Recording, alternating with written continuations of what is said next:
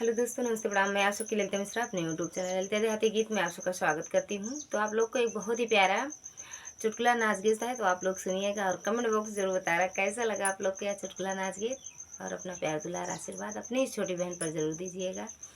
जागत रह राजा हो बिलरिया आज झपटी, जागत रह राजा हो बिलरिया आज झपटी, जागत रह बलमू बिलरिया आज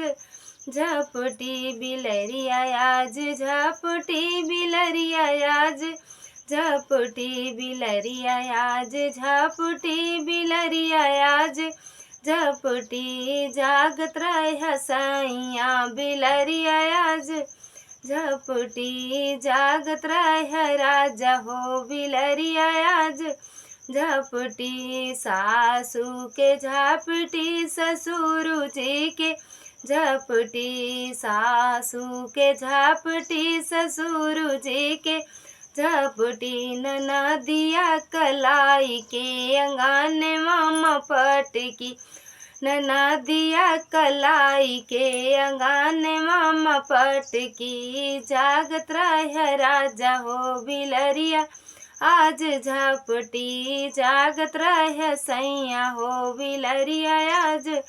झपटी, जागत रह पियवा बिलरिया आज झपटी, जेठ जी के झपटी जेठानी का झपटी,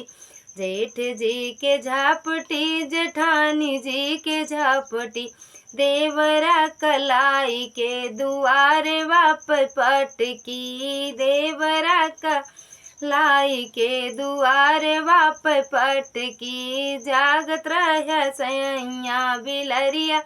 आज झपटी, जागत रह पियवा बिलरिया आज झपटी, तोहूँ के झपटी पड़ोसन के झपटी, तोहूँ के झपटी पड़ोसनियों के झपटी, सवतिया कलाई के रहारिया मपटकी, सवतिया कलाई के रहारिया मपटकी, जागत रह राजा हो